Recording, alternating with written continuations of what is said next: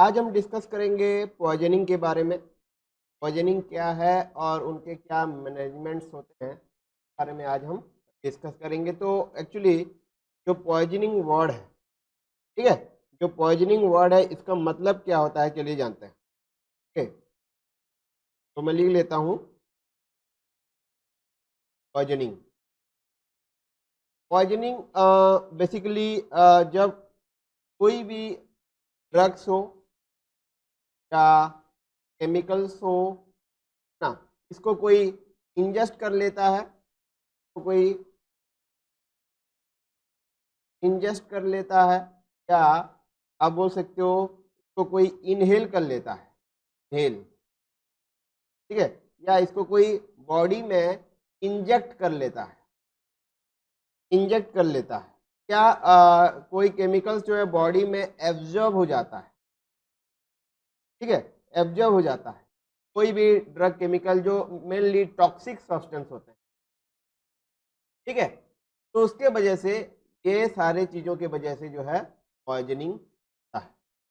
Okay, तो चाहे वो हाउस होल्ड केमिकल्स हो, ठीक है, फिनाइल हो गया, बहुत सारे हम दवाइयाँ भी लेते हैं, ड्रग्स लेते हैं, ठीक है, इन सारे कंडीशन से कभी कभी जो है फूड के वजह से भी जो है पॉइजनिंग है। फूड पॉइजनिंग आपने सुना होगा।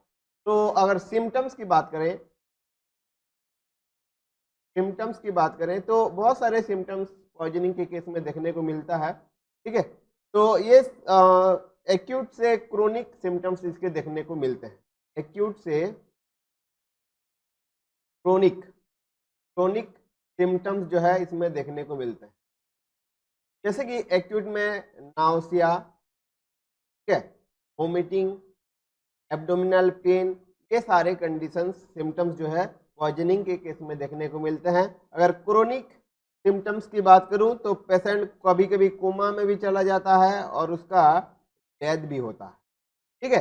तो आज हम इसमें जो पॉइजनिंग पढ़ने वाले हैं, ड्रग रिलेटेड पॉइजनिंग पढ़ने वाले हैं और उनके क्या मैनेजमेंट है ना, उसके बारे में पढ़ेंगे। तो ड्रग्स में बहुत सारे ड्रग्स या डेली डेली हम जो है रोजमर्रा की जिंदगी में डायबिटीज हो, हाइपरटेंशन हो, डिप्रेशन हो, ठीक है, तो बहुत सारे कंडीशंस के लिए हम जो बहुत सारे दवाइयाँ लेते हैं और उन दवाइयों के वजह से ही ये कभी कभी पॉइजनिंग होता है। पॉइजनिंग बेसिकली जो है ओवर डोज के कारण होता है, ठीक है, ओवर डोज के कारण होता है। मीन्स जितना डोज की रिक्वायरमेंट होता है किसी भी बीमारी को ठीक करने के लिए, उससे ज़्यादा अगर कोई ओवर डोज में, ज़्यादा डोज में अगर कोई ड्रग्स ले लेता है तो उसको जो है पॉइजनिंग होता है, ठीक है, उसको पॉइजनिंग होता है। तो मेनली ये सारी चीज़ों की वजह से हो रहा है, इंजेक्शन, इनहेलेशन, इंजेक्शन और एब्जॉर्प्शन के वजह से जो है पॉइजनिंग होता है,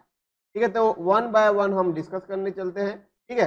पहले हम पैरासीटामोल पॉइजनिंग के बारे में हम, पैरासीटामोल आपको पता है, हम जो है फीवर, ठीक है, फीवर के लिए या बॉडी में पेन है उसके लिए हम इसका इस्तेमाल करते हैं, ठीक है। तो ये सिंपली एक non steroidal anti inflammatory drugs होता है, NSAID जिसको हम बोलते हैं, ठीक है। तो पैरासीटामोल देखो, ये अगर कोई 10 टू 15 ग्राम, 10 टू 15 ग्राम अगर पैरासीटामोल कोई अगर खा लेता है, 10 टू 15 ग्राम मीन्स देखो ये 500 मिलीग्राम का आपका जो है 500 मिलीग्राम का ये पैरासीटामोल आता है, कभी कभी 650 मिलीग्राम भी आता है ना।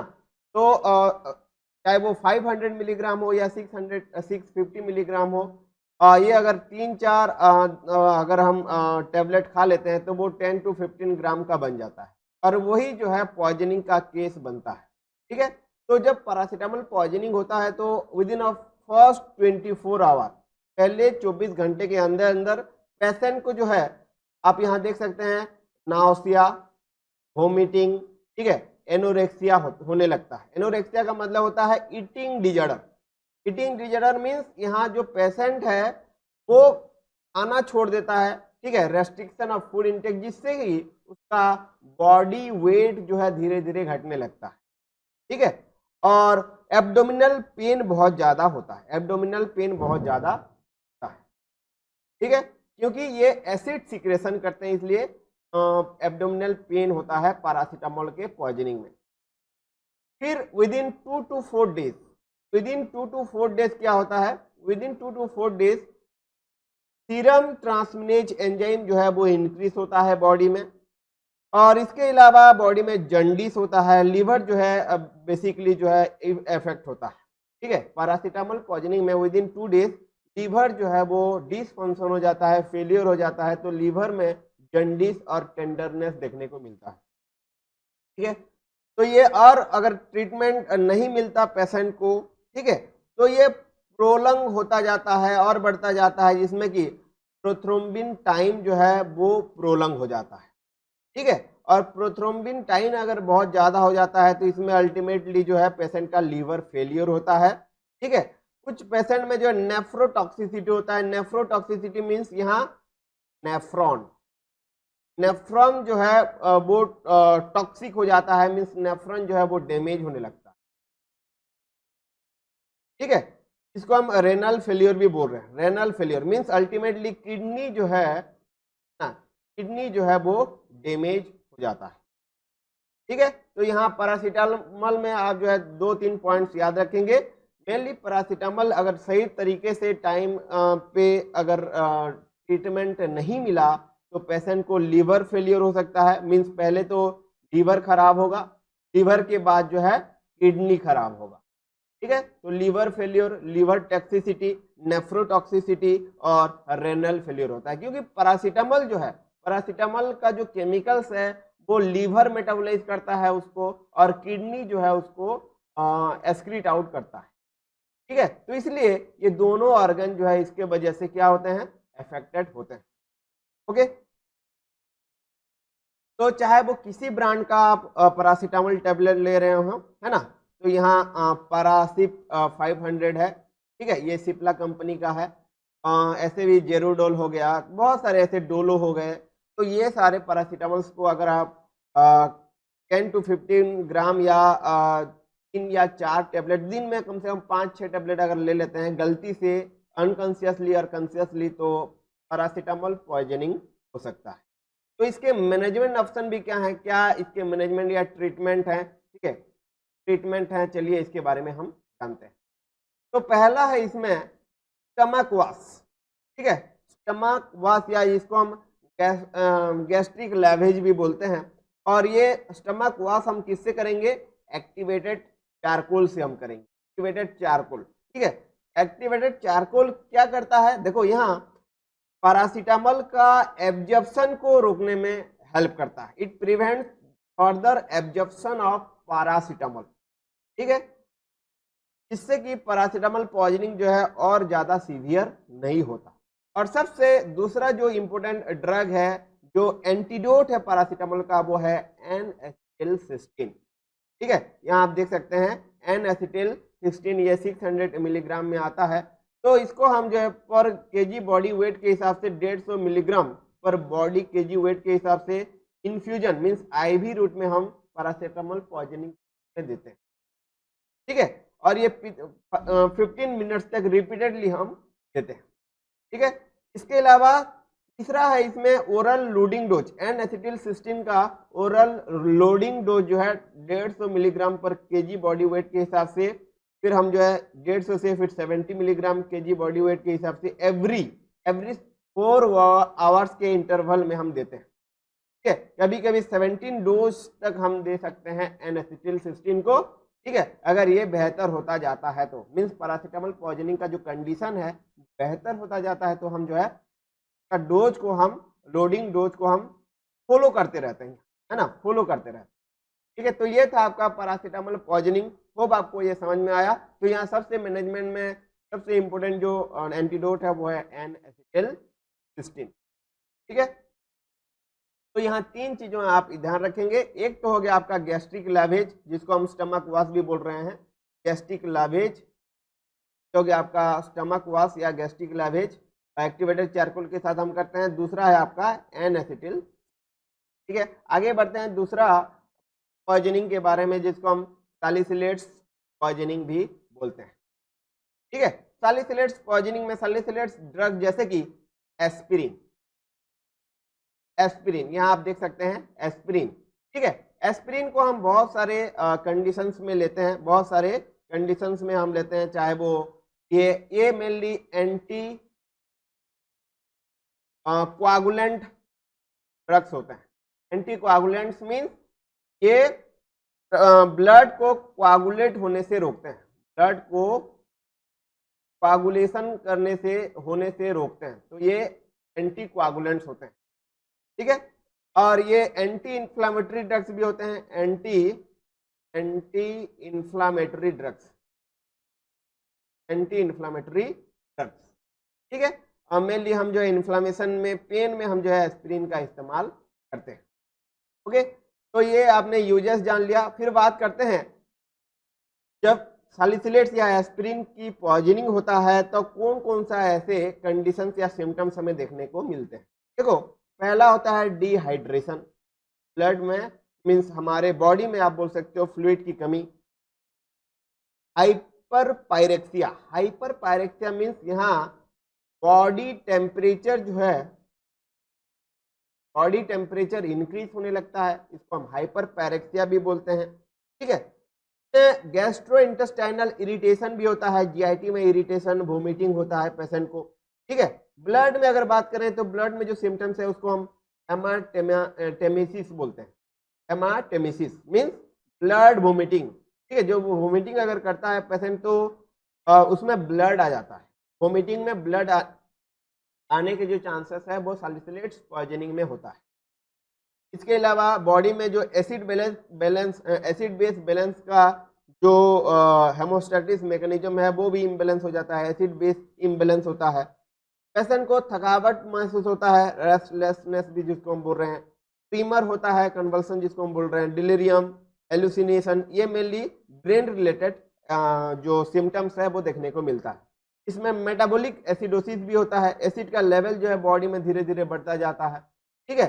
कन्वर्जन होता है पेशेंट को, अल्टीमेटली एंड स्टेज में आप देखेंगे तो पेशेंट जो है कोमा में जा सकता है और लास्ट स्टेज में पेशेंट का डेथ भी हो सकता है, ठीक है। तो ये salicylates poisoning one of the severe poisoning है। अगर सही टाइम पे पेशेंट को ट्रीटमेंट नहीं मिलता तो पेशेंट का डेथ भी हो सकता है, ठीक है। और ये डेथ क्यों हो रहा है? Due to respiratory failure. Respiratory means आपका लंग्स, ठीक है, लंग्स सही तरीके से काम नहीं करेगा, लंग्स फेलियर भी आप बोल सकते हैं, ठीक है। दूसरा जो कारण है डेथ का वो है कार्डियोवास्कुलर कोलैप्स। कार्डियोवास्कुलर मीन्स आपका हार्ट, ठीक है, तो हार्ट भी यहाँ फेल कर जाता है, तो इस कंडीशन में मेनली ये डेथ होता है, ठीक है। तो रेस्पिरेटरी फेलियर और कार्डियोवास्कुलर कोलैप्स, ये दो कारण हैं जिसकी वजह से पेशेंट डेथ भी हो सकता है, पेशेंट कोमा में भी जा सकता है, ठीक है। फिर हम बात करते हैं ट्रीटमेंट या मैनेजमेंट सैलिसिलेट्स पॉइजनिंग के बारे में, ठीक है। तो पहला तो है इसमें गैस्ट्रिक लैवेज, सबसे इंपॉर्टेंट गैस्ट्रिक लैवेज, ठीक है। और हम जो है एसिड बेस बैलेंस को हम करेक्ट करेंगे, एसिड बेस बैलेंस को हम करेक्ट करेंगे किसके थ्रू? चाहे वो आईवी फ्लूइड हो गया, sodium, potassium, HCO, glucose, blood pH, इस तरीके से हम जो है ब्लड पीएच को मॉनिटर करके एसिड बेस बैलेंस को करेक्ट करेंगे, क्योंकि सैलिसिलेट्स पॉइजनिंग में क्या हो रहा है? एसिड बेस इम्बैलेंस हो रहा है, ठीक है। तो और भी कॉम्प्लिकेशंस यहाँ बढ़ता जाएगा, तो इसलिए हम जो है एसिड बेस इम्बैलेंस को हम जो है करेक्ट करेंगे। तो इसमें जो ट्रीटमेंट है तो वो इसमें पहला आता है टेम्परेचर को हमें जो है ड्रॉप डाउन करना है, डाउन करना है, क्योंकि यहाँ हाइपर पायरेक्सिया हो रहा है, तो हमें जो है टेम्परेचर को डाउन करना है उस पेशेंट में। तो हम क्या करेंगे? अल्कोहल और कोल्ड वाटर का इस्तेमाल करेंगे, स्पोंज का इस्तेमाल करेंगे, ठीक है, और होल बॉडी को जो है थोड़ा थोड़ा उसमें पोंछ लेंगे, ठीक है, वॉश कर लेंगे, तो ये ऑटोमेटिकली जो है बॉडी टेम्परेचर धीरे धीरे जो है वो कम होता जाएगा, क्योंकि यहाँ बॉडी टेम्परेचर जो है वो बढ़ जाता है, ठीक है। इसमें दूसरा जो ट्रीटमेंट ऑप्शन है वो है, अगर हेमोरेजिक कॉम्प्लिकेशन हो रहा है। हेमोरेजिक कॉम्प्लिकेशन क्यों होगा? क्योंकि देखो यहाँ सैलिसिलेट्स पॉइजनिंग में एस्पिरिन जो है वो क्या है? एक एंटीकोआगुलेंट है, जिसके वजह से जो है ब्लीडिंग बहुत ज़्यादा होता है, पेशेंट को इंटरनल ब्लीडिंग बहुत ज़्यादा होता है। अगर उसके ऊन फॉर्मेशन है, ऑलरेडी घाव है, उसमें खून बहना स्टार्ट हो जाएगा, क्योंकि यहाँ ब्लड क्लट को एस्प्रिन जो है रोकने का काम करता है। ठीक है, तो एस्प्रिन पॉइजनिंग में जो है हेमरेजिक कॉम्प्लिकेशंस भी देखने को मिलते हैं।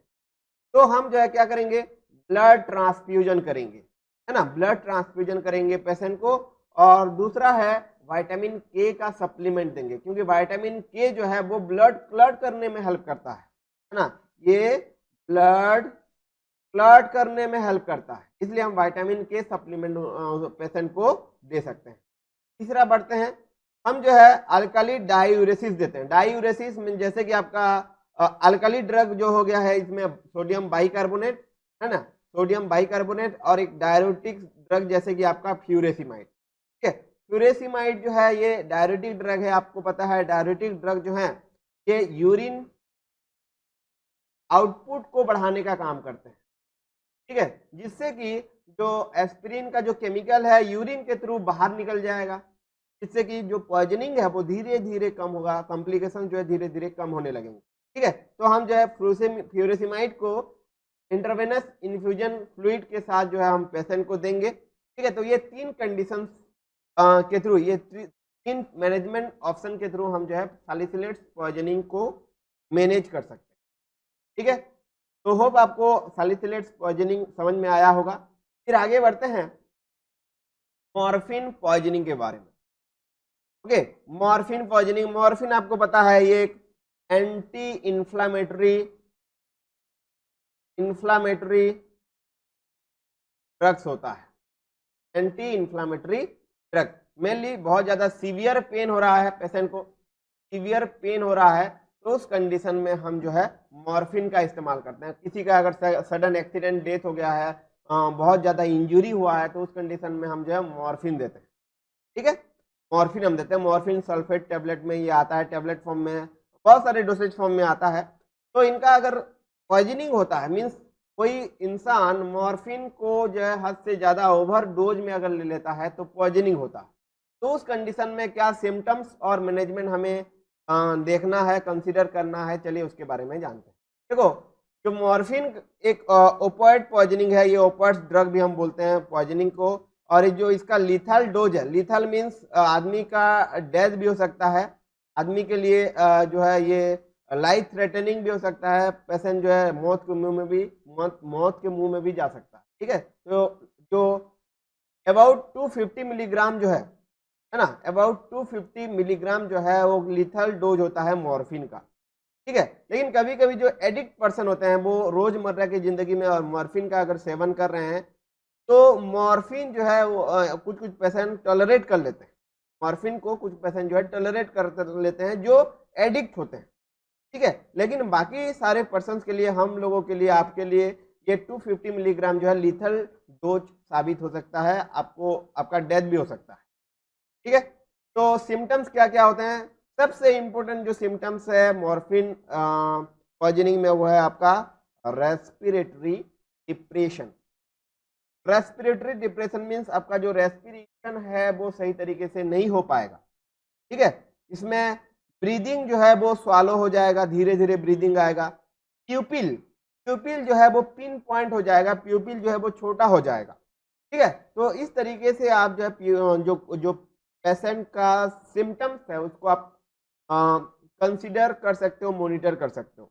ठीक है, इसके अलावा हाइपोटेंशन, बीपी जो है बहुत ज्यादा लो हो जाएगा। ठीक है, पेशेंट को शॉक भी लग सकता है, सियानोसिस हो सकता है। सियानोसिस मीन्स बॉडी का जो कलर है, स्किन का जो कलर है वो डिसकलर हो जाएगा, ब्लूइश डिसकलरेशन ऑफ स्किन आप बोल सकते हो, क्योंकि बीपी लो हो जाएगा तो ब्लड सर्कुलेशन कम हो जाएगा, पुअर सर्कुलेशन के वजह से जो स्किन का कलर ब्लूइश हो सकता है। ठीक है, और ये मॉर्फिन पॉइजनिंग में होता है। ठीक है, इसमें फ्लासिडिटी हो सकता है, एसिडिटी जो है वो बहुत ज्यादा बढ़ता है, पेशेंट में स्टूपर देखने को मिलता है। स्टूपर मीन्स पेशेंट जो है वो अनकॉन्शियस हो जाता है। ठीक है, हाइपोथर्मिया देखने को मिलता है। हाइपोथर्मिया मीन्स यहाँ बॉडी टेम्परेचर जो है बहुत ज्यादा लो होता है। हाइपो मीन्स यहाँ टेम्परेचर लो होना, और हाइपोथर्मिया मीन्स यहाँ टेम्परेचर को डिनोट किया जा रहा है, हाइपोथर्मिया होता है। ठीक है, अल्टीमेटली एंड स्टेज में अगर देखेंगे तो मॉर्फिन पॉइजनिंग के वजह से पेशेंट कोमा में चला जाता है, कोमा में चला जाता है और लास्ट स्टेज में उसका डेथ भी होता है। ठीक है, और डेथ क्यों हो रहा है? Due to respiratory failure. ठीक है, यहाँ रेस्पिरेटरी फेलियर की वजह से या लंग्स में कभी कभी एडेमा होता है, लंग्स में पानी भर जाता है जिसको हम पल्मोनरी एडेमा भी बोलते हैं, लंग्स एडेमा भी हम बोलते हैं। ठीक है, तो लंग्स में पानी भी भर जाता है। तो ये सारी कंडीशंस जो है आपको सिम्टम्स जो है खास करके मॉर्फिन पॉइजनिंग में देखने को मिलता है। ओके, तो मैनेजमेंट क्या है? तो इन्हीं सारे सिम्टम्स को हम जो है मॉनिटर करके पेशेंट को ट्रीटमेंट करेंगे, मैनेज करेंगे। तो पहले तो हमें रेस्पिरेटरी प्रेशर को पॉजिटिव करना पड़ेगा, मेंटेन करना पड़ेगा, क्योंकि यहाँ देखो ब्लड प्रेशर जो है वो धीरे धीरे क्या हो रहा है? डिक्रीज हो रहा है। तो हमें जो है पहले मेंटेन करना पड़ेगा ब्लड प्रेशर को, positive pressure of respiration, respiratory जो प्रेशर है उसको भी हमें जो है मेंटेन करना पड़ेगा। ठीक है, दूसरा है गैस्ट्रिक लावेज। गैस्ट्रिक लावेज मीन्स स्टमक का वॉश हमें करना है। ठीक है, स्टमक का वॉश हमें करना है, वो किसके साथ? पोटेशियम परमंगनेट के साथ। ठीक है, पोटेशियम परमंगनेट ये क्या करता है?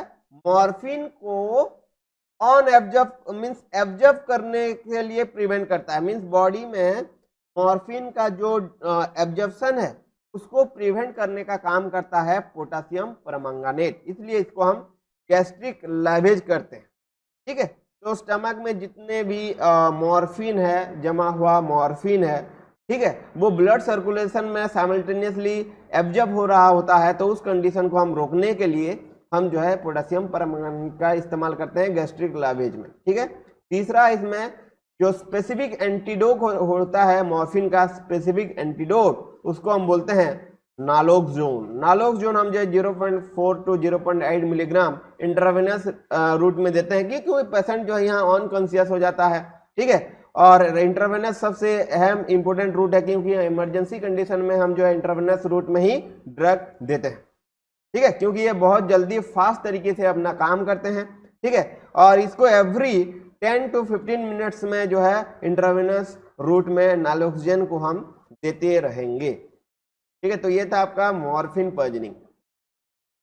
फिर हम बात करते हैं और एक ऑर्गेनोफॉस्फोरस पॉइजनिंग, जो कि मेनली फार्मर्स का जो पॉइजनिंग है ना, फार्मर्स जिस वजह से मरते हैं, जिस पेस्टिसाइड का इस्तेमाल करते हैं, उसी पेस्टिसाइड को, इंसेक्टिसाइड को वो खा लेते हैं, जिसके वजह से उनका मौत भी हो जाता है। ठीक है, तो फार्मर का जो सुसाइड का जो मेन रीजन है वो है ऑर्गेनोफॉस्फोरस पॉइजनिंग, जैसे कि यहाँ मालाथायन, पाराथायन, ऐसे ये ड्रग हैं जो कि फार्मर अपने फील्ड में इंसेक्टिसाइड्स के रूप में इस्तेमाल करते हैं, पेस्टिसाइड्स के रूप में इस्तेमाल करते हैं। ठीक है, इंसेक्ट पेस्ट को काउंटर करने के लिए यहाँ आप देख सकते हो। ठीक है, तो कभी कभी जो है फार्मर अनकॉन्शियसली वो इनहेल कर लेता है या स्किन के थ्रू एब्जॉर्ब हो जाता है, तो इसके वजह से क्या होता है, पेशेंट के बॉडी में ये पॉइजनिंग देखने को मिलता है, जिसको हम ऑर्गेनोफॉस्फोरस पॉइजनिंग भी बोलते हैं। तो बात करते हैं सिम्टम्स और मैनेजमेंट के बारे में। ठीक है, तो सिम्टम्स में देखो सबसे ज्यादा इफेक्ट जो है वो मसल्स में होता है, जिसको हम मस्करिनिक भी बोलते हैं। ये मसल्स को बहुत ज्यादा इफेक्ट करता है, और ये मेनली हमारे सेंट्रल नर्वस सिस्टम को, जिसको हम सेंट्रल इफेक्ट भी बोलते हैं, सेंट्रल नर्वस सिस्टम CNS को भी जो है ये इफेक्ट करता है, ये जो ड्रग होते हैं मालाथायन, पाराथायन। ठीक है, तो बहुत सारे सिम्टम्स हैं, जैसे कि शुरुआत में वोमिटिंग होने लगता है, एब्डोमिनल क्रैम्प होने लगता है, ठीक है, डायरिया होता है, पेशेंट को मियोसिस होता है, यहाँ पिन पॉइंट आइज होते हैं, जो प्यूपिल होते हैं बहुत ज़्यादा छोटी हो जाती है। ठीक है, इसके अलावा स्वेटिंग, ठीक है, स्वेटिंग होता है बहुत ज़्यादा पेशेंट। ठीक है, इसमें सलिवरी ग्लैंड जो है बहुत ज़्यादा सीक्रेट करता है सलाइवा। इसके अलावा ट्रैकियो ब्रोंकियल एंड गैस्ट्रिक सिक्रेशन भी होता है। ट्रैकियो ब्रोंकियल से म्यूकस सिक्रेशन बहुत ज़्यादा होता है, म्यूकस बहुत ज़्यादा सीक्रेट होता है, और गैस्ट्रिक सिक्रेशन आपके स्टमक में होता है, जिसको हम एसिड बोलते हैं, HCl। एसिड सिक्रेशन या गैस्ट्रिक सिक्रेशन जो है वो बहुत ज़्यादा होता है जब कोई ऑर्गेनोफॉस्फोरस पॉइजनिंग के कांटेक्ट में आता है। ठीक है, इसके अलावा ब्रोंकोस्पाजम होता है, ब्रोंकोस्पाजम, ठीक है, ब्रोंकियल स्पाजम होता है। बीपी जो है यहाँ, बीपी जो है बहुत ज्यादा लो हो जाता है, हाइपोटेंशन जिसको हम बोल रहे हैं। मसल्स बहुत ज्यादा इफेक्ट होता है, इसलिए मस्कुलर ट्विस्टिंग होता है, ठीक है, मसल्स में जकड़न होता है, पेशेंट को वीकनेस होता है, कन्वल्सन होता है, एंड स्टेज में जो है पेशेंट कोमा में चला जाता है और अल्टीमेटली उसका डेथ भी होता है। और डेथ क्यों हो रहा है? बेसिकली जो है रेस्पिरेटरी पैरालिसिस होता है, लंग्स जो है अपना काम करना बंद कर देता है, लंग्स पैरालिसिस हो जाता है लंग्स में, जिससे कि रेस्पिरेशन में जो है इफेक्ट देखने को मिलते हैं, ठीक है। तो एक चीज जो है आपको जरूर याद रखना चाहिए, ऑर्गेनोफॉस्फोरस पॉइजनिंग में ये जो जितने भी ग्लैंड्स होते हैं, जैसे कि यहाँ मैंने बताया सलेवरी ग्लैंड, वो सीक्रेट होना स्टार्ट हो जाते हैं। स्वेटिंग, सेबेसियस ग्लैंड, हमारा जो स्किन में सेबेसियस ग्लैंड है वो सीक्रेट करना स्टार्ट कर देता है, स्वेटिंग। सीबम जो फ्लूइड है वो स्टार्ट होता है सीक्रेट करना, ठीक है। तो यहाँ sweating, saliva secretion, mucus secretion, gastric secretion, ये जितने भी ग्लैंड्स होते हैं अपना सीक्रेट करना स्टार्ट कर देते हैं, क्योंकि ये जो ड्रग्स हैं ये ग्लैंड को सीक्रेट करने में हेल्प करते हैं, ठीक है। तो ये सारे सिम्टम्स आपको देखने को मिलेंगे इसमें, ऑर्गेनोफॉस्फोरस पॉइजनिंग में। तो बात करते हैं मैनेजमेंट के बारे में। पहला है, हम तो बीपी को पहले हम मेंटेन करेंगे, ठीक है, और एयर वे को जो है पेशेंट का मेंटेन करेंगे, क्योंकि सांस लेने में दिक्कत होता है, क्योंकि यहाँ ब्रोंकोस्पाजम होता है। आपका ब्रोंकियल मसल अगर स्पाजम हो गया तो आप सही तरीके से ऑक्सीजन नहीं ले पाएंगे, इनहेल नहीं कर पाएंगे। और यहाँ एयर वे, जिसको हम ब्रोंकियल्स भी बोलते हैं, ब्रोंकाई भी बोलते हैं, ठीक है, तो एयर वे जो है वो स्पाजम हो जाता है। तो यहाँ हमें पहले पीपी और एयर वे को मेंटेन करना पड़ेगा। तो हम क्या करेंगे, पेशेंट को जो है खुली जगह पे, ओपन एनवायरनमेंट पे जो है सुला देंगे, ठीक है। दूसरा है, अगर ये जो ऑर्गेनोफॉस्फोरस पॉइजनिंग स्किन के थ्रू हो रहा है, ये जो पॉइजनिंग है स्किन के थ्रू हो रहा है, तो हम जो क्लॉथिंग है उसको रिमूव करेंगे, वॉश करेंगे पेशेंट की बॉडी को सोप वाटर के साथ, ठीक है। तो हम जो है अगर पेशेंट ओरल रूट में ले रहा है ना, पेशेंट अगर ओरल रूट में ऑर्गेनोफॉस्फोरस पॉइजनिंग उसका हो गया है ओरल रूट के थ्रू, तो गैस्ट्रिक लैवेज हम कर सकते हैं, ठीक है। तो स्किन में पहले हम जो है वॉश करेंगे, स्किन को ऑयली वॉश कर सकते हैं। ओरल रूट में हुआ तो अगर वो बॉडी के अंदर चला गया है, स्टमक के अंदर चला गया है, तो गैस्ट्रिक लैवेज कर सकते हैं, ठीक है। तीसरा है, इसमें जो ड्रग ऑफ चॉइस है वो है, क्या है, atropine. Drug of choice for organophosphorus poisoning that is atropine. इसको हम इंट्रावेनस रूट में 2 मिलीग्राम एवरी 10 मिनट्स के इंटरवल में हम लेंगे, जब तक प्यूपिल डायलेट ना हो जाता। यहाँ प्यूपिल कंस्ट्रिक्टेड था, तो जब तक प्यूपिल डायलेट अगर नहीं हुआ है ना, तब तक जो है हम एट्रोपिन देते जाएंगे, ठीक है। मैक्सिमम डोज कितना दे सकते हैं ये भी है, 50 to 100 मिलीग्राम, ठीक है। तो depending upon the severity of poisoning हम जो है एट्रोपिन को देते जाएंगे, ठीक है। इसमें अदर ड्रग हम जो है ऑर्गेनोफॉस्फोरस पॉइजनिंग में इस्तेमाल कर सकते हैं, जैसे कि जिसको हम कोलिन एस्टरेज रीएक्टिवेटर बोलते हैं। कोलिन एस्टरेज एक एंजाइम है, और इस एंजाइम को कुछ ड्रग्स जो है वो एक्टिवेट करने का काम करते हैं, जैसे कि आपका प्रालिडोक्सिन, ओबिडोक्सिन, ठीक है, या डाईएसिटिल मोनोक्साइम। तो ये कुछ ड्रग्स हैं जो कि अदर देन एट्रोपिन हम जो है ऑर्गेनोफॉस्फोरस पॉइजनिंग में इस्तेमाल करते हैं। तो ये जो ड्रग है कोलिन एस्टरेज एंजाइम को रीएक्टिवेट करते हैं, ठीक है, विद इन अ मिनट ये रीएक्टिवेट करते हैं, ओके। प्रालिडोक्सिन जो है हम इसको 1 to 2 ग्राम दे सकते हैं डोज में, 5 मिनट्स के अंदर अंदर देंगे तो बेस्ट रिजल्ट आने के चांसेस हैं, ठीक है। तो सबसे बेस्ट जो ड्रग है वो है एट्रोपिन और कोलिन एस्टरेज रीएक्टिवेटर्स प्रालिडोक्सिन, ओबिडोक्सिन। तो ये था आपका ऑर्गेनोफॉस्फोरस पॉइजनिंग। फिर हम बात करते हैं एट्रोपिन पॉइजनिंग के बारे में, ठीक है, एट्रोपिन पॉइजनिंग, ठीक है। तो एट्रोपिन पॉइजनिंग में मेनली जो है जो सिम्टम्स एराइज होते हैं वो है dry skin, fever, dry mouth, क्योंकि यहाँ जो ग्लैंड्स हैं वो सीक्रेट करना बंद कर देते हैं, जो ग्लैंड्स होते हैं, है ना, वो सीक्रेट करना बंद कर देते हैं। तो सलाइवरी ग्लैंड से सलाइवा नहीं निकलेगा तो आपका जो मुंह है वो सूख जाएगा, ड्राई माउथ होगा। डिस्फेजिया होता है जिसको हम डिफिकल्ट स्वालोइंग भी बोलते हैं, ठीक है, क्योंकि फ्लूइड अगर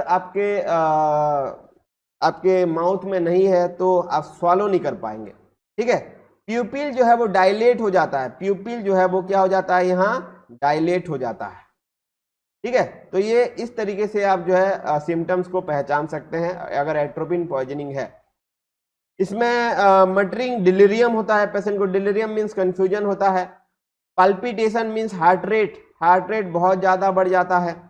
थकावट महसूस होता है पेशेंट को, पेशेंट कभी कभी एक्साइटेड मोड में चला जाता है। हेलुसिनेशन होता है, ठीक है, जो भी रियल टाइम उसको चल रहा होता है वो नहीं दिखता है, समझ में नहीं आता कि क्या सही चल रहा है क्या गलत चल रहा है ना। हाइपोटेंशन होता है जिसको हम लो बीपी भी बोल रहे हैं, ठीक है। डिफिकल्टी इन पासिंग यूरिन, क्योंकि यहाँ जो यूरिनरी ब्लैडर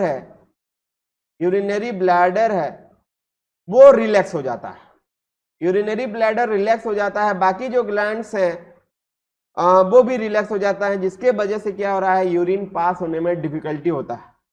इसके साथ साथ स्टूल पास होने में भी डिफिकल्टी होता है, ठीक है। पेशेंट को कन्वल्सन होता है ना। पेशेंट जो है एंड स्टेज में कोमा में चला जाता है और अल्टीमेटली जो है उसका डेथ भी होता है, ठीक है। तो इसको ट्रीटमेंट करना, मैनेज करना बहुत जरूरी है।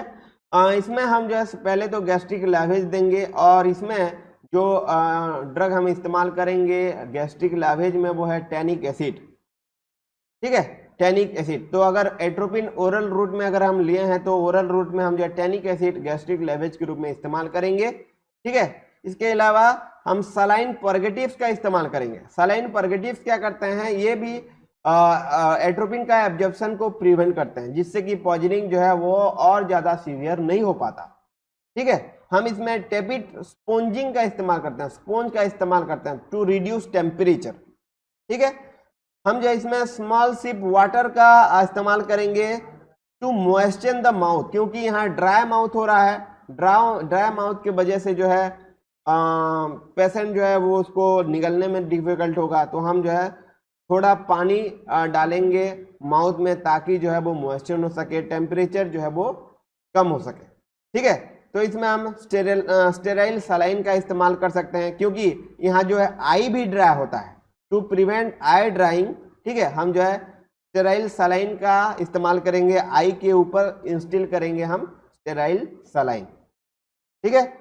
तो जो ड्रग है वो है आपका फाइसोस्टिग्माइन 1 to 2 ग्राम इंट्रावेनस रूट में हम जो है एंटीडोट, एट्रोपिन का एंटीडोट फाइसोस्टिग्माइन, इसका हम इस्तेमाल करते हैं। ये एक एंटी कोलिनस्टेरेज ड्रग होता है, ठीक है। और फाइसोस्टिग्माइन कभी कभी हम आइस में भी देखते हैं, क्योंकि यहाँ आई ड्राइंग हो रहा है तो 1% आई ड्रॉप्स का इस्तेमाल कर सकते हैं, ठीक है। ब्लैडर के लिए हम जो है, क्योंकि यूरिनरी ब्लैडर वो रिलैक्स हो गया है, जिससे कि डिफिकल्ट हो रहा है स्टूल पास होने में, यूरिन पास होने में, तो हम क्या करेंगे, पेशेंट को कैथेटराइजेशन भी कर सकते हैं, ठीक है। तो ये मैनेजमेंट ऑप्शन है एट्रोपिन पॉइजनिंग में, ओके।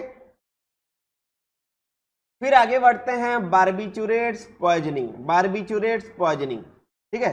तो बार्बिचुरेट्स भी हम बहुत सारे बीमारियों में इस्तेमाल करते हैं, जैसे कि इपिलेप्सी हो गया, ठीक है, इपिलेप्सी हो गया, जितने भी मूड डिजॉर्डर्स होते हैं, ठीक है, मूड डिजॉर्डर्स में हम जो है बार्बिचुरेट्स का इस्तेमाल करते हैं, ठीक है। ऐसे कि जो बार्बिचुरेट्स है एग्जाम्पल है यहाँ फेनोबार्बिटॉल, ठीक है, फेनोबार्बिटॉल। तो यहाँ बार्बिटल जो वर्ड है वो बार्बिचुरेट्स को रिप्रेजेंट करता है, फेनोबार्बिटल। तो इनके सिम्टम्स क्या होता है, अगर मान लीजिए कोई फेनोबार्बिटल बहुत ज़्यादा ओवरडोज में अगर ले लेता है तो बेसिकली क्या होता है, बार्बिचुरेट्स या फेनोबार्बिटल पॉइजनिंग होता है, ठीक है। तो सबसे मेन जो सिम्टम्स है वो है आपका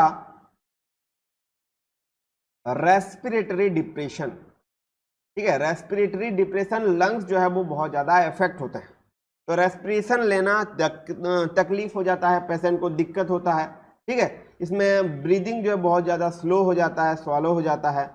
इसके वजह से अगर रेस्पिरेशन सही से नहीं चलेगा तो बीपी जो है वो बहुत ज़्यादा लो हो जाएगा, हाइपोटेंशन।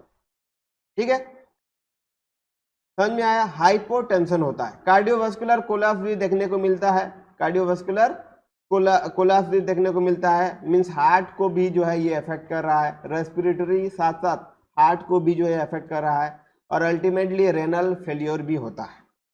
ठीक है, रेनल फेलियर। तो ये हार्ट, किडनी, ठीक है, और लंग्स, ये वाइटल ऑर्गन्स को जो है अफेक्ट कर रहा है, वाइटल ऑर्गन्स को जो है ये अफेक्ट कर रहा है बार्बिचुरेट्स पॉइजनिंग। ओके, तो मैनेजमेंट क्या है ये भी हम जान लेते हैं। मैनेजमेंट में पहले आता है गैस्ट्रिक लावेज। ठीक है, तो इसमें हम एक्टिवेटेड चारकोल का इस्तेमाल करेंगे गैस्ट्रिक लावेज के तौर पर, जिससे कि हम जो है ये बार्बिचुरेट्स का एब्जॉर्प्शन को प्रिवेंट कर सकते हैं।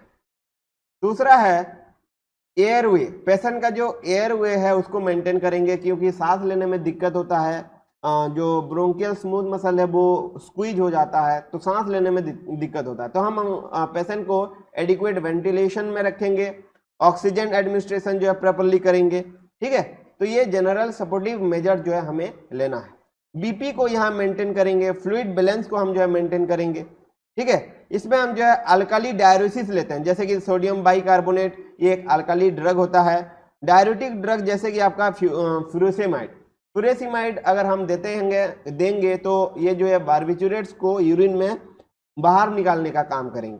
ठीक है, जिससे कि किडनी का जो फेलियर है वो नहीं हो पाएगा, रेनल फेलियर वो नहीं हो पाएगा। ठीक है, तो यहाँ अल्काली डाययूरेसिस हमें जरूर देना है as a IV fluid. Okay, last है हेमोडायलिसिस। हेमोडायलिसिस बहुत जरूरी है ब्लड को प्यूरिफाई करने के लिए।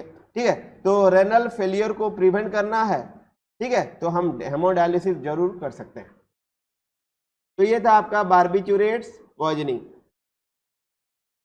फिर हम बात करते हैं डिजिटलिस पॉइजनिंग के बारे में। डिजिटलिस पॉइजनिंग, क्योंकि ये डिजिटलिस लीफ को अगर हम सेवन कर लेते हैं तो ये डिजिटलिस पॉइजनिंग होता है। ठीक है, डिजिटलिस जो है ये एक क्रूड ड्रग है जो कि हम कार्डियोटोनिक के रूप में इस्तेमाल करते हैं। कार्डियोटोनिक मीन्स ये हार्ट मसल्स को स्ट्रांग रखने में, स्ट्रेंथनिंग करने में हेल्प करते हैं। ठीक है, तो कार्डियोटोनिक के रूप में हम जो है डिजिटलिस का इस्तेमाल करते हैं। ठीक है, और ये डोज डिपेंडिंग मैनर में इस्तेमाल करते हैं। अगर कोई भी डिजिटलिस को बहुत ज़्यादा ओवरडोज में ले लेता है, ओवरडोज में अगर ले लेता है तो उसको डिजिटलिस पॉइजनिंग होता है।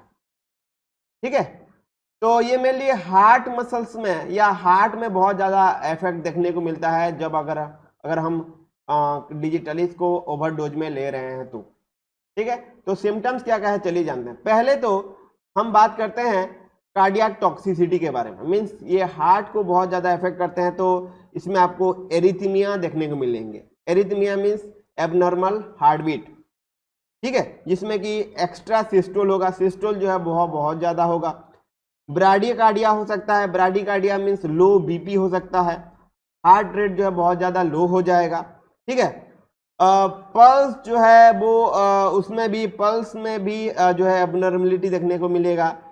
एट्रियोवेंट्रिकुलर ब्लक्स हो जाएंगे, जिसको हम वेंट्रिकुलर टाचिकार्डिया बोल सकते हैं या वेंट्रिकुलर फाइब्रिलेशन बोल सकते हैं। तो ये सारे एरिथमिया टाइप्स के डिजीज जो है वो देखने को मिलेंगे। मीन्स यहाँ हार्ट का जो कार्डियक रिदम है वो एबनॉर्मल हो सकता है, कार्डियक हार्ट रेट है ना, वो भी एबनॉर्मल हो सकता है, टाचिकार्डिया हो सकता है, यहाँ ब्रैडीकार्डिया हो सकता है। तो ये सारे कॉम्प्लिकेशंस देखने को मिलते हैं। ठीक है, और ये जो एरिथमिया है या कार्डियक टॉक्सिसिटी है ये बहुत ज़्यादा एनहेंस होता है, बहुत ज़्यादा बढ़ता जाता है। किस केस में? हाइपोकैलेमिया के केस में। हाइपोकैलेमिया मीन्स यहाँ पोटेशियम का लेवल ब्लड में अगर कम है तो उस कंडीशन को हम हाइपोकैलेमिया बोलते हैं। और हाइपोकैलेमिया के एब्सेंस में मीन्स पोटेशियम के एब्सेंस में या हाइपोकैलेमिया है पेशेंट को, तो ये कार्डियक टॉक्सिसिटी और बहुत ज़्यादा होता है। ठीक है, तो ये पहला टॉक्सिसिटी या सिम्टम्स जो है हमारे हार्ट में देखने को मिलते हैं। दूसरा जो टॉक्सिसिटी या सिम्टम्स देखने को मिलते हैं वो है एनोरेक्सिया। ठीक है। एनोरेक्सिया मीन्स ईटिंग डिजॉर्डर, है ना, जिससे कि पेशेंट खाना खाना बंद कर देता है और उसका बॉडी वेट धीरे धीरे कम होने लगता है। स्टमक में नाउसिया, वोमिटिंग जैसे प्रॉब्लम्स, डायरिया जैसे प्रॉब्लम्स देखने को मिलेंगे। ठीक है, तो हम क्या करेंगे, फर्स्ट ओरल और पेरेंट्रल के सप्लीमेंट जो है पेशेंट को देना होता है।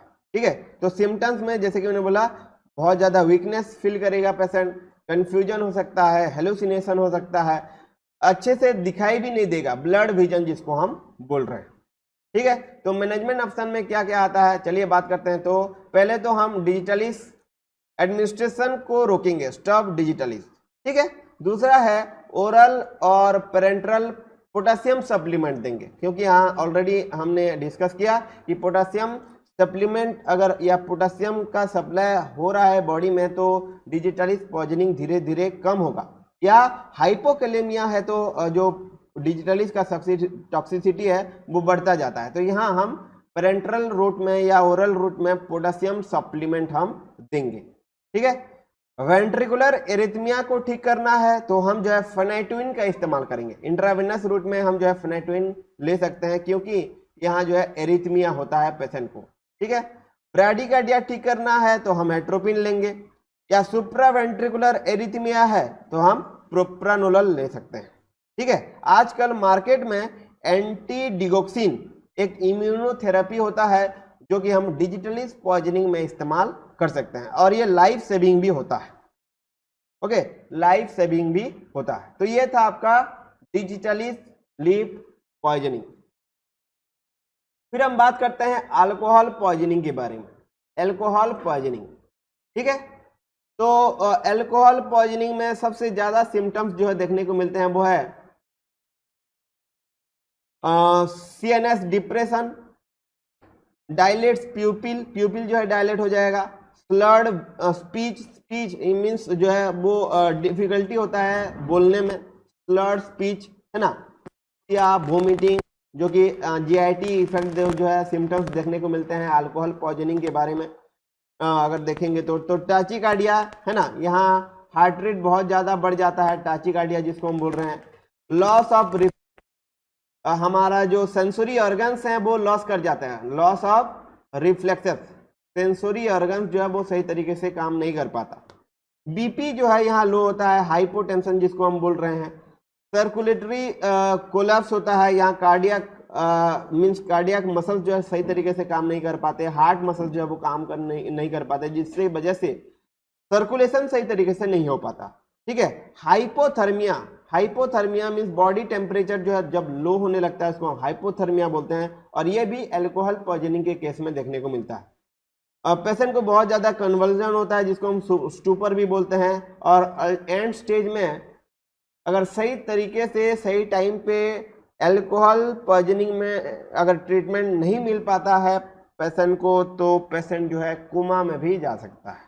ठीक है, स्पेसिफिकली अगर देखें तो जो कंसेंट्रेशन है अल्कोहल का, ठीक है, वो अगर 500 टू 800 मिलीग्राम परसेंटेज के बेसिस पे अगर होता है तो वो फाटाल होता है। फाटाल मीन्स पेशेंट का डेथ भी हो सकता है। ठीक है, और ये अगर ब्लड में अल्कोहल का कंसेंट्रेशन अगर 200 मिलीग्राम परसेंटेज वाइज होता है, उससे ज़्यादा बढ़ जाता है तो ये अल्कोहल पॉइजनिंग होता है। ठीक है, तो ये कुछ क्वांटिटेटिव रेशियो में बताया गया है कि अल्कोहल पॉइजनिंग कब होता है। ठीक है, तो इसका मैनेजमेंट क्या है चलिए जानते हैं। तो पहला तो है हम स्टमक वॉश करेंगे, नॉर्मल सलाइन के साथ हम जो है स्टमक वॉश करेंगे, गैस्ट्रिक लैवेज भी आप बोल सकते हो। ठीक है, सर्कुलेशन को हम मेंटेन करेंगे, रेस्पिरेटरी या रेस्पिरेशन को हम जो है मेंटेन करेंगे। तो हम जो है मेनली क्या करेंगे, ग्लूकोज, ठीक है, 15% ग्लूकोज का इस्तेमाल करेंगे इंट्रावेनस फ्लूइड में। ठीक है, तो इसको हम 15 ml तक दे सकते हैं। कभी कभी जो है पेशेंट के बॉडी में हाइपोग्लाइसेमिया देखने को मिलता है। Hypoglycaemia means blood glucose level जो है, ब्लड ग्लूकोज लेवल जो है वो कम हो जाता है ना। इस कंडीशन में हम जो है क्या देंगे, 15% ग्लूकोज इंट्रावेनसली दे सकते हैं। इसके अलावा एक विटामिन है जिसको हम थायामिन भी बोलते हैं, है ना। थायमिन विटामिन हम जो है इंट्रावेनस रूट में दे सकते हैं टू प्रिवेंट वेर्निक्स एन्सेफेलोपैथी। वेर्निक्स एन्सेफेलोपैथी क्या होता है, एक न्यूरोलॉजिकल डिजॉर्डर होता है, ठीक है। इसमें पेशेंट जो है उसका सिम्टम्स के बारे में बात करें तो कंफ्यूजन होता है, इम्बैलेंस स्पीच होता है, ठीक है। तो ज्यादा खतरा जो है ये वर्निक्स एन्सेफेलोपैथी का होता है जब अल्कोहल पॉइजनिंग होता है। तो उसको प्रिवेंट करने के लिए हम जो है थायमिन विटामिन का इस्तेमाल करते हैं, ठीक है। इसके अलावा इलेक्ट्रोलाइट इम्बैलेंस को हम जो है मेंटेन करेंगे, ठीक है। फ्लूइड इम्बैलेंस हो गया है तो उसको भी हम मेंटेन करेंगे। इसमें सही ऑप्शन है वो है हेमोडायलिसिस, ठीक है, हेमोडायलिसिस। तो हेमोडायलिसिस करके भी हम जो है इथेनॉल को क्लियर कर सकते हैं बॉडी से, जिससे कि पॉइजनिंग धीरे धीरे जो है वो कम होने लगता है। ओके, तो ये था आपका अल्कोहल पॉइजनिंग। फिर बात करते हैं मिथेनॉल पॉइजनिंग के बारे में। मिथेनॉल, ठीक है, अल्कोहल के बाद आता है मिथेनॉल। तो यहाँ आप देख सकते हैं मिथेनॉल पॉइजनिंग, ठीक है।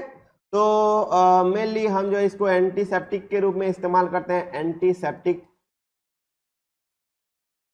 ओके, तो इसका अगर सिम्टम्स देखें, मिथेनॉल पॉइजनिंग का अगर सिम्टम्स देखें तो वोमिटिंग होता है, हेडेक होता है, वर्टिगो सुनाई नहीं देता, सीवियर एब्डोमिनल पेन होता है, बीपी लो होता है, यहाँ डिलीरियम कन्वर्जन होता है, एसिड का लेवल जो है बॉडी में बढ़ जाता है, अल्टीमेटली पेशेंट कोमा में जा सकता है, ठीक है। तो मिथेनॉल में फॉर्मिक एसिड होता है और फॉर्मिक एसिड के वजह से रेटिनल डैमेज होता है, जिससे कि जो पेशेंट है परमानेंटली मीन्स वो अंधा हो सकता है, ब्लाइंडनेस हो सकता है, क्योंकि फॉर्मिक एसिड जो है वो ऑप्टिक नर्व को डैमेज करना स्टार्ट कर देता है जब मिथेनॉल पॉइजनिंग होता है, ठीक है। तो ये आप ध्यान रखेंगे। इसके अलावा हम जो है मिथेनॉल 15 ml से ज़्यादा अगर इंजेस्ट कर लेते हैं, एडमिनिस्ट्रेट कर लेते हैं, तो ये मिथेनॉल पॉइजनिंग देखने को मिलता है। तो यहाँ ब्लाइंडनेस और डेथ ये किसके वजह से हो रहा है, रेस्पिरेटरी फेलियर की वजह से हो रहा है, ठीक है। डेथ क्यों हो रहा है स्पेसिफिकली अगर देखेंगे तो रेस्पिरेटरी फेलियर की वजह से हो रहा है, ठीक है। तो मैनेजमेंट क्या है ये भी जान लेते हैं। तो इसमें जो मैनेजमेंट हुआ है, first one is correction of acidosis. Acid बहुत ज़्यादा बढ़ जाता है मिथेनॉल के केस में, जिससे कि रेटिनल डैमेज हो सकता है। तो उसको क्या करना है, हमें जो है काउंटर करना है। तो एसिडोसिस को काउंटर करना है तो हम क्या करेंगे, इंट्रावेनस सोडियम बाइकार्बोनेट Na2CO3 का इस्तेमाल करेंगे, इन्फ्यूजन रूट में लेंगे to prevent blindness of that patient, ठीक है, which suffering from methanol poisoning. दूसरा है वही चीज है, प्रोटेक्ट आइस, क्योंकि ऑप्टिक नर्व यहाँ डैमेज हो रहा है फॉर्मिक एसिड की वजह से, जो कि मिथेनॉल में पाया जाता है। तो हम जो है पेशेंट को डार्क रूम में रखेंगे जब मिथेनॉल पॉइजनिंग होता है तो, ठीक है। गैस्ट्रिक लावेज एक अच्छा ऑप्शन है ना। बीपी और वेंटिलेशन को मेंटेन करना है, ब्लड प्रेशर यहाँ डिक्रीज होता है, यहाँ हाइपोटेंशन हो रहा है, बीपी है ना जो है डिक्रीज हो रहा है, तो हम जो है क्या करेंगे, मेंटेन करेंगे, ठीक है। इथाइल अल्कोहल हम इस्तेमाल कर सकते हैं, इथाइल अल्कोहल, ठीक है। इथाइल अल्कोहल इमीडिएटली हम जो है इसमें इस्तेमाल कर सकते हैं, क्योंकि ये मिथेनॉल का ऑपोजिट होता है, ठीक है। मेनली मिथेनॉल और इथाइल अल्कोहल दोनों एक ही एंजाइम पे जाके बाइंड करते हैं, ठीक है, एक ही एंजाइम के लिए कंपीट्स करते हैं, जिसको हम अल्कोहल डिहाइड्रोजिनेस भी बोलते हैं। अल्कोहल डिहाइड्रोजिनेस जो है मिथेनॉल इस एथेनॉल अल्कोहल डिहाइड्रोजिनेस के साथ बाइंड करता है, जिसके वजह से ये और कॉम्प्लिकेशन करता है। तो ये अल्कोहल डिहाइड्रोजिनेस के साथ इथाइल अल्कोहल जाके बाइंड कर देता है, जिससे कि मिथेनॉल बाइंड नहीं कर पाता, ठीक है। और जो मिथेनॉल का पॉइजनिंग है वो और ज्यादा कम हो जाता है, जो सिविरिटी है वो और ज्यादा कम हो जाता है, ठीक है। तो हम जो है इथाइल अल्कोहल इसमें एक लोडिंग डोज में दे सकते हैं 0.6 ग्राम पर बॉडी केजी वेट के हिसाब से, followed by infusion of 10 gram per hour के हिसाब से। एंटीडोट क्या हम दे सकते हैं, एंटीडोट जो है मिथेनॉल पॉइजनिंग का वो है आपका फोमीपिजोल, ठीक है, फोमीपिजोल। ये इनहिबिट करता है अल्कोहल डिहाइड्रोजिनेस। ये जो अल्कोहल डिहाइड्रोजिनेस एंजाइम के बारे में बताया, इसको ये इनहिबिट करता है, ठीक है, जिससे कि मिथेनॉल जो है इस एंजाइम के साथ बाइंड नहीं कर पाता, ठीक है। हेमोडायलिसिस भी अच्छा ऑप्शन है मिथेनॉल पॉइजनिंग में। ओके,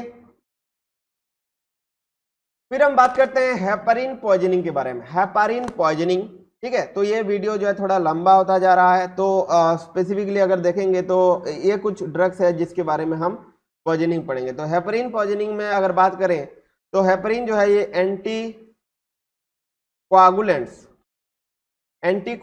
होता है ना। एंटी कोआगुलेंट्स मीन्स ये ब्लीडिंग करता है, मीन्स ब्लड क्लट को रोकता है, ब्लड क्लट को ये रोकता है, ठीक है, तो ये ब्लीडिंग कस करता है। तो इसलिए जब हेपारिन पॉइजनिंग होता है तो बहुत ज़्यादा ब्लीडिंग होता है, जिसको हम ब्लीडिंग भी बोल सकते हैं, ठीक है, जिसको हम ब्लीडिंग भी बोल सकते हैं या हेमोरेज भी बोल सकते हैं, हेमोरेज, ठीक है। तो हेपारिन सोडियम इंजेक्शन कभी कभी ओवरडोज में अगर ले लेते हैं तो ब्लीडिंग बहुत ज़्यादा होता है। ये एक एकलौता जो है इसका पॉइजनिंग होता है, सिम्टम्स जो है देखने को मिलता है। तो देखो, जब अगर बहुत ज़्यादा डोज में अगर नहीं लिए हैं, माइल्ड हेपारिन ओवरडोज हुआ है, तो ये शॉर्ट एक्टिंग होता है। शॉर्ट एक्टिंग होता है तो हेपारिन ऑटोमेटिकली जो है ये अपना काम करना बंद कर देता है। तो mild heparin overdose can be treated by just stopping heparin. हम जो है हेपारिन को लेने से अगर स्टॉप करते हैं तो हेपारिन पॉइजनिंग को हम ठीक कर सकते हैं, ठीक है। इसमें जो ड्रग ऑफ चॉइस है वो है प्रोटामाइन सल्फेट। प्रोटामाइन सल्फेट जो कि एक फिश के स्पर्म से बनाया जाता है, ठीक है। इसको हम इंट्रावेनस रूट में लेते हैं टू न्यूट्रलाइज हेपारिन, ठीक है, और इसको हम कितना लेते हैं, 1 मिलीग्राम एवरी 100 यूनिट्स हेपारिन लेते हैं, ठीक है। देखो, एक चीज है, जब हेपारिन के एब्सेंस में अगर हम प्रोटामाइन सल्फेट ले रहे हैं तो ये एक वीक एंटीकोआगुलेंट होता है, तो ये भी ब्लीडिंग कॉज करता है, बट थोड़ा सा ब्लीडिंग कॉज करता है। तो प्रोटामाइन ओवरडोज को अगर हम अवॉइड करना चाहते हैं तो एब्सेंस ऑफ हेपारिन के टाइम पे नहीं लेंगे, या हेपारिन अगर पॉइजनिंग है उसी केस में हम जो है प्रोटामाइन सल्फेट ले सकते हैं, ठीक है। तो ये ध्यान देने वाली बात है। फिर और एक ड्रग है हेपारिन के जैसे, उसको हम बोलते हैं वारफरिन। ये भी एंटीकोआगुलेंट्स होता है, एंटीकोआगुलेंट्स होता है जिसके वजह से ब्लीडिंग होता है या हेमरेज होता है। तो सिम्टम्स में हेमरेज सबसे इंपॉर्टेंट है, ठीक है। ब्लीडिंग होता है, मेनली इंटेस्टाइन में ब्लीडिंग होता है, ब्रेन में ब्लीडिंग होता है, ठीक है। कभी कभी इपीटैक्सिस भी होता है। इपीटैक्सिस मीन्स नोज ब्लीडिंग भी होता है, नोज में ब्लीडिंग होता है, और गम में भी ब्लीडिंग होता है, दांत के मसूड़ों में भी ब्लीडिंग देखने को मिलता है, ठीक है। इसके लिए कोई स्पेसिफिक ट्रीटमेंट तो नहीं है, तो बट हम जो है विटामिन के ले सकते हैं। पेरेंट्रल रूट में विटामिन के एक कोआगुलेंट्स होता है, ब्लड कोआगुलेंट्स, एक कोआगुलेंट ड्रग होता है, ब्लड को कोआगुलेट करने में हेल्प करता है, ठीक है। और इसमें फ्रेश फ्रोजन प्लाज्मा भी हम ले सकते हैं, ठीक है। तो ये था आपका वारफरिन पॉइजनिंग। फिर हम बात करते हैं इंसुलिन पॉइजनिंग के बारे में। ओके, इंसुलिन पॉइजनिंग के बारे में हम डिस्कस करते हैं। तो इंसुलिन आप सभी को पता है, हम डायबिटीज पेशेंट को हम देते हैं। तो डायबिटीज पेशेंट जो है मेनली उनके बॉडी में इंसुलिन सीक्रेशन अगर नहीं हो पा रहा है पेनक्रियास से, तो उस कंडीशन में हम जो है इंसुलिन को देते हैं, ठीक है। मेनली हम जो है ब्लड ग्लूकोज लेवल को मेंटेन करने के लिए हम जो है इंसुलिन का इस्तेमाल करते हैं, ठीक है। तो इसका अगर पॉइजनिंग होता है, ठीक है, इसका अगर पॉइजनिंग होता है तो कौन कौन से सिम्टम्स और मैनेजमेंट इसके होते हैं, चलिए इसके बारे में डिस्कस करते हैं। तो सबसे इम्पोर्टेंट जो इंसुलिन का पॉइजनिंग है वो है आपका हाइपोग्लाइसेमिया, ठीक है। हाइपोग्लाइसेमिया, हाइपोग्लाइसेमिया का मतलब क्या है? हाइपो का मतलब कम, ग्लाइसेमिया मीन्स ब्लड में ग्लूकोज लेवल का कमी होना, ब्लड में ग्लूकोज लेवल का कमी होना ही हाइपोग्लाइसेमिया होता है। ठीक है, तो ये सबसे ज़्यादा मोस्ट कॉम्प्लिकेशन आप बोल सकते हो इंसुलिन पॉइजनिंग में देखने को मिलता है। ठीक है, सीवियर केस में क्या होता है, intravenous glucose should be given, means हमें जो है इंट्रावेनस ग्लूकोज हमें देना होता है, क्योंकि इंसुलिन जो है वो ये ब्लड ग्लूकोज लेवल को बहुत ज़्यादा कम कर देता है ना, तो इसलिए हमें जो है आईवी ग्लूकोज देना होगा। सिम्टम्स में बात करें, स्वेटिंग, ठीक है, पल्पिटेशन, हार्ट रेट बहुत ज़्यादा बढ़ जाएगा, ट्रीमर हो सकता है, ब्लड विजन, ठीक है, weakness, hunger, confusion, difficulty in concentration and drowsiness. ये ग्लूकोज की कमी के वजह से होता है। हमारे बॉडी में ग्लूकोज ही ऐसा मॉलिक्यूल है आप बोल सकते हो जो कि एनर्जी प्रोवाइड करने का काम करता है। तो इंसुलिन अगर ब्लड ग्लूकोज लेवल को बहुत ज़्यादा कम कर देता है तो ये सारे सिम्टम्स देखने को मिलते हैं। ठीक है, सीवियर हाइपोग्लाइसेमिया भी होता है, जिसके वजह से कन्वल्सन, कोमा और पेशेंट की डेथ भी हो सकता है। तो ये था इंसुलिन पॉइजनिंग का सिम्टम्स। फिर हम बात करते हैं मैनेजमेंट क्या क्या होता है। तो पहला इसमें इंसुलिन पॉइजनिंग में पहला मैनेजमेंट है, हमें सिम्टम्स को रिकॉग्नाइज करना पड़ेगा। ठीक है, सिम्टम्स क्या क्या सिम्टम्स जो है पेशेंट में दिखाई दे रहे हैं। फिर हमें जो है मेडिकल असिस्टेंस लेना पड़ेगा। ठीक है, हम जो है वाइटल साइन को चेक कर सकते हैं और इसके रिगार्डिंग इमीडिएट इंटरवेंशंस कर सकते हैं, ट्रीटमेंट ले सकते हैं। हमें जो है ब्लड ग्लूकोज लेवल को मेजर करना पड़ेगा कि ब्लड में कितना ग्लूकोज मौजूद है। ठीक है, हम जो है फास्ट एक्टिंग ग्लूकोज एडमिनिस्टर करेंगे, फास्ट एक्टिंग ग्लूकोज, क्योंकि यहाँ ब्लड में ग्लूकोज का लेवल बहुत ज़्यादा कम है, इसलिए हम जो है फास्ट एक्टिंग ग्लूकोज, ताकि जो है इसका भरपाई कर सके, रिकवर कर सके। ठीक है, ब्लड में ग्लूकोज का लेवल को हमें जो है रिकवर करना है। इसके अलावा हम इंट्रावेनस ग्लूकोज भी ले सकते हैं अगर सीवियर कंडीशन है, पेशेंट अनकॉन्शियस है। कॉन्शियस पेशेंट में ही हम जो है क्या कर सकते हैं, फास्ट एक्टिंग ग्लूकोज ओरली ले सकते हैं, लेकिन अनकॉन्शियस पेशेंट में ऑब्वियसली बात है हम जो है सीवियर या अनकॉन्शियस पेशेंट में इंट्रावेनस रूट में ग्लूकोज ले सकते हैं। इसलिए हमें जो है क्या करना है, ब्लड ग्लूकोज लेवल को क्लोजली मॉनिटर करना पड़ेगा, सपोर्टिव केयर ले सकते हैं, हम जो है हॉस्पिटल में भी ट्रीटमेंट ले सकते हैं। तो ऑब्वियसली बात है ग्लूकोज हमें जो है प्रोवाइड करना है, चाहे वो इंट्रावेनस रूट में हो चाहे वो ओरल रूट में हो। फिर बात करते हैं आयरन पॉइजनिंग के बारे में। तो आयरन आप सभी को पता है बहुत ज़्यादा इंपॉर्टेंट है ना, एनीमिया को ठीक करने के लिए। एनीमिया को ठीक करने के लिए एनीमिया का हम इस्तेमाल करते हैं। ठीक है, कभी कभी जो है एनीमिया के पेशेंट या कभी कभी आयरन का सप्लीमेंट बहुत ज़्यादा ले लेते हैं, ओवर डोज में ले लेते हैं, जिसकी वजह से आयरन पॉइजनिंग देखने को मिलता है। तो सिम्टम्स की बात करें तो वोमिटिंग, एब्डोमिनल पेन, ठीक है, हेमाटेमेसिस जिसमें वोमिटिंग में ब्लड जाता है, ब्लडी डायरिया, डायरिया में भी ब्लड देखने को मिलता है, शॉक, ड्राउजीनेस, सियानोसिस, स्किन का कलर चेंज हो जाएगा, एसिड का लेवल बढ़ जाएगा, डिहाइड्रेशन होगा, कार्डियोवास्कुलर कोलैप्स होगा, ठीक है, कोमा हो सकता है। ठीक है, तो ये सारे कॉम्प्लिकेशंस आयरन पॉइजनिंग के वजह से होता है। ठीक है, तो यहाँ मैनेजमेंट क्या है, सिंपल है, हम जो है अगर आयरन पॉइजनिंग में अगर पेशेंट का डेथ को प्रिवेंट करना है, ठीक है, तो हमें जो है विद इन 6 to 12 आवर्स के अंदर 6 to 12 आवर्स के अंदर इमीडिएट डायग्नोसिस और ट्रीटमेंट करना पड़ेगा। ठीक है, तभी जाके जो है हम डेथ को रोक सकते हैं। तो सिंपल है, गैस्ट्रिक लैवेज कर सकते हैं, इसमें सोडियम बाइकार्बोनेट का इस्तेमाल कर सकते हैं। सोडियम बाइकार्बोनेट जो है आयरन को एब्जॉर्ब होने से रोकेगा, तो 29% सोडियम बाइकार्बोनेट का इस्तेमाल करेंगे, गैस्ट्रिक लैवेज करेंगे। इसमें जो ड्रग है, एंटीडोट है ना, एंटीडोट है वो है डेसफेरोक्सामाइन 5 to 10 ग्राम हम जो है दे सकते हैं। ठीक है, 5 to 10 ग्राम डेक्सफेरोक्सामाइन, ठीक है, इसके सहारे हम जो स्टमक को वॉश कर सकते हैं। ठीक है, ये आयरन एब्जॉर्प्शन को प्रिवेंट करता है। इसको हम इंजेक्ट कर सकते हैं, इंट्रावेनस रूट में भी ले सकते हैं, 2 ग्राम एवरी 12 आवर्स इंटरवल में हम ले सकते हैं। ठीक है, या इसको 10 to 15 milligram KG body weight के हिसाब से भी हम ले सकते हैं डेसफेरोक्सामाइन को। ठीक है। एसिड का लेवल भी, एसिडोसिस को भी करेक्ट कर सकते हैं, एसिड का लेवल भी बढ़ जाता है। ठीक है। एसिडोसिस यहाँ आप देख सकते हो आयरन की वजह से एसिडोसिस होता है, तो उसको भी हम करेक्ट करेंगे, शॉक को भी करेक्ट करेंगे। हेमोडायलिसिस सभी में अच्छा ऑप्शन होता है, किसी भी पॉइजनिंग के केस में हेमोडायलिसिस बहुत बढ़िया है। ठीक है। किडनी को फिल्टर करता है। तो ये था आपका आयरन पॉइजनिंग। आगे बढ़ते हैं। नेक्स्ट है